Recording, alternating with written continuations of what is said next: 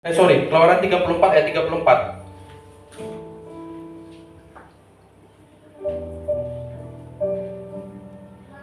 Keluaran 34 ayat 34.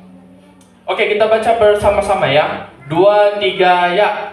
Tetapi apabila Musa masuk menghadap Tuhan untuk berbicara dengan dia, ditinggalkannyalah selubung itu sampai ia keluar. Dan apabila ia keluar, dikatakannya kepada orang Israel apa yang diperintahkan kepadanya. Musa bukanlah orang yang paling baik bisa dipilih oleh Tuhan. Musa, tangannya penuh dengan darah. Dia pernah membunuh orang. Musa juga bukan adalah orang yang baik. Dia adalah orang yang temperamental. Emosinya naik, bisa dipukulnya sesuatu. Bisa emosinya naik, dihancurkannya batu. Kalau zaman sekarang orang mau hancurkan batu pakai palu, dia kayak gitu, mau dihancurkannya. Kuat kali dia. Musa bukanlah orang yang paling baik yang bisa dipilih oleh Tuhan. Ada banyak orang pada zaman itu. Ada Kaleb, meskipun Kaleb nanti yang dipilih. Ada orang pilihan yang bisa masuk ke tanah Kanaan. Tapi Musa bukanlah orang yang paling baik bisa dipilih oleh Tuhan. Tapi menariknya, kenapa Tuhan membiarkan Musa untuk mendapatkan kemuliaannya Tuhan? Karena Musa memilih untuk melepaskan selubungnya. Dia memilih untuk mengejar koneksi dengan ilahi tadi. Dia memilih untuk bilang, Tuhan, aku mau datang ke hadirat-Mu. Tuhan, aku mau mendapatkan kemuliaan-Mu. Itu perbedaannya Musa. Mungkin setiap dari kita memasang selubung di muka kita. Contoh di COVID-19 kemarin, setiap dari kita kan pakai selubung tuh kan. Tapi saya nggak bicara tentang masker. Saya bicara tentang hati-hati saudara sekalian. Apa yang saudara sekalian selubungi di hati saudara dan gak jujur di hadapan Tuhan, itu yang buat saudara susah untuk datang ke hadirat Tuhan.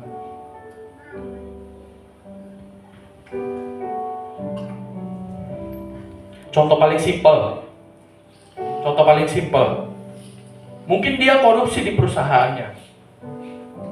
Dia nipu keuangan perusahaannya, akhirnya perusahaannya itu mengeluarkan uang, tapi akhirnya dia memberikan uang yang dikutipnya itu atau uang yang dikorupsinya itu untuk persembahan sama Tuhan. Bilangnya Tuhan itu kan untuk persembahan. Dia mulai berselubung loh. Itu baru satu contoh, masih banyak contoh lainnya. Kita datang ke dalam hadirat Tuhan masih marah dengan saudara-saudara kita, masih benci dengan saudara-saudara kita, punya hati yang dendam. Itu selubung loh. Di dalam ayat ini juga dibahas bahwa Musa akhirnya masuk ke hadirat Tuhan dan dia dipenuhi dengan kemuliaan Tuhan.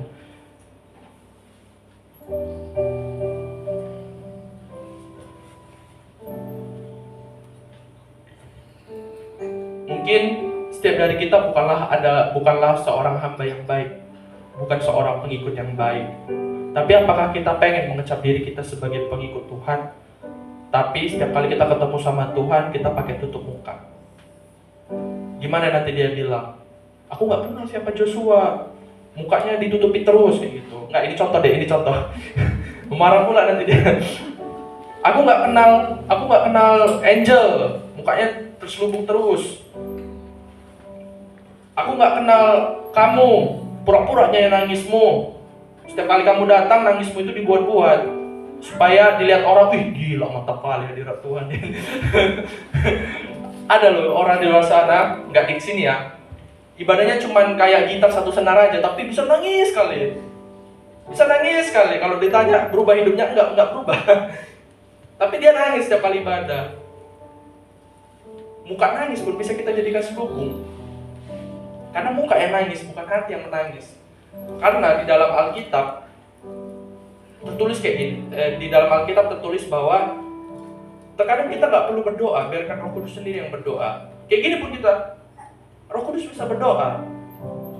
Tapi ada orang yang bisa doanya luar biasa kali gitu ya kan. Dari A sampai Z. KBBI dikeluarkan, semua kata-kata KBBI yang dikeluarkan. Dalam hadirat-Mu lah ya Tuhan. Wah, berpowerful sekali doanya. Tapi bukan rohnya yang berdoa, dia yang berdoa. Pertanyaan bagi setiap dari kita, selubung apa yang kita pasang setiap kali kita datang ke hadirat Tuhan, ke dalam GBI Rakyat? Selubung apa yang kita pasang? Setiap aset kita, selubung apa yang kita pasang setiap kali kita mau melayani? Setiap pemain musik, selubung apa yang kita pasang ketika kita bermain musik?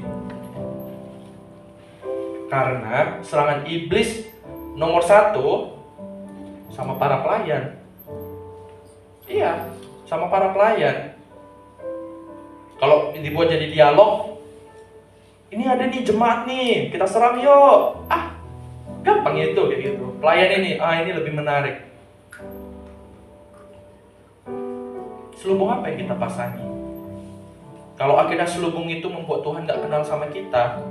Kalau saat ini nih, aku berdirikan, setiap hari muka aku kayak gini lah. Ketemu sama Ibu Eva, contohnya. Kayak gini muka aku setiap hari. Kenal Ibu Eva? Enggak kan?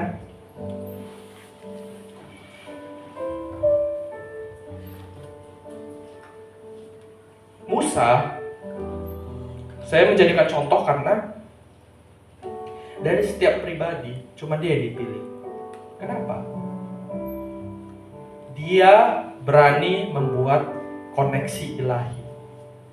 Dia berani membuat divine connection ini. Dia berani untuk membuat hubungan yang ilahi.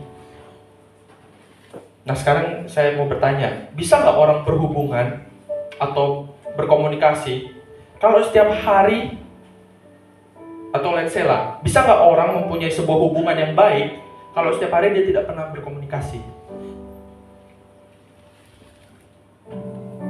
Ada nggak orang yang tiba-tiba datang ya kan, ma bro, kita kayak nggak kenal gitu? Ada nggak? Nggak bisa, dipaksakan semua jadinya. Bagaimana kita ingin mempunyai koneksi ilahi tadi kalau kita nggak pernah berhubungan sama Tuhan, berbicara sama Tuhan? Makanya sekarang saya mau tanya, bagaimana doa-doa dari saudara sekalian? Apakah doa-doa saudara sekalian masih mempunyai doa yang jujur? Atau doa yang performatif? Apa sih doa yang performatif? Doa yang dilakukan hanya untuk dilihat, performatif saja. Doa performatif contohnya seperti apa? Doa makan. Kalau contoh makan rame-rame ya, doa makan, atau enggak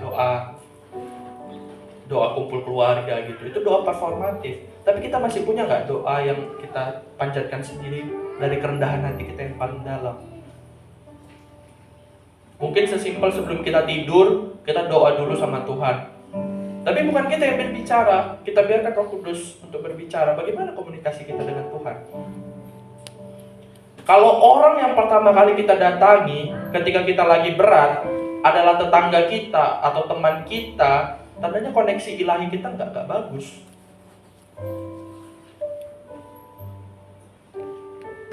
Atau mungkin anak muda ketika lagi berat, dia buka HP, pasang kamera, joget TikTok. Banyak anak muda kayak gitu. Oh biar gak stres lagi kak, biar gak stres lagi, joget TikTok dia. Mungkin yang boomers atau apa gitu ya kan, bingung ya kan, ini ngapain orang ini ya kan. Tapi ada loh anak muda, lagi stres dia, aduh banyak kali tugasku, buka HP kayak gini joget dia. Aku gak ngerti juga sebenarnya. Banyak dari kita yang akhirnya mencari pelarian-pelarian yang bisa kita mudah temukan.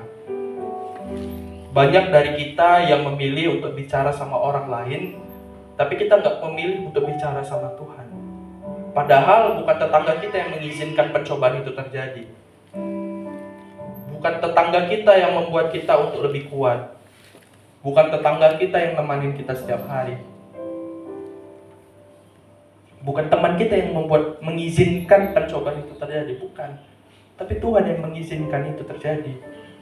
Buat apa? Buat ngetes koneksi-koneksi ilahi kita. Sebuah kejadian lucu semalam.